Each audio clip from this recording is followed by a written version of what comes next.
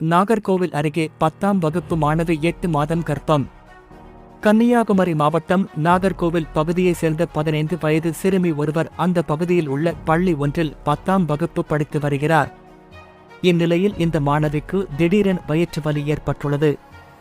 உடனே மாணவியின் பெற்றோர் சிகிச்சைக்காக மாணவியை மருத்துவமனைக்கு அழைத்துச் சென்றனர். அப்போது மாணவியை பரிசோதித்த டாக்டர்கள் மாணவி 8 மாதம் கர்ப்பமாக இருப்பதாக கூறியுள்ளனர். இதை கேட்டு அதிர்ச்சியடைந்த மாணவியின் பெற்றோர் இது குறித்து மாணவியிடம் கேட்டுள்ளனர். அப்போது மாணவி தனக்கும் அதே பகுதியைச் சேர்ந்த வாலிபர் ஒருவருக்கும் இடையே பழக்கம் இருந்து வந்ததாக தெரிவித்தார். தொடர்ந்து இது குறித்து நாகர்கோவில் மகளிர் போலீசில் புகார் செய்யப்பட்டது. அதன் பேரில் போலீசார் வழக்கு பதிவு செய்து விசாரணை நடத்தி வருகிறார்கள்.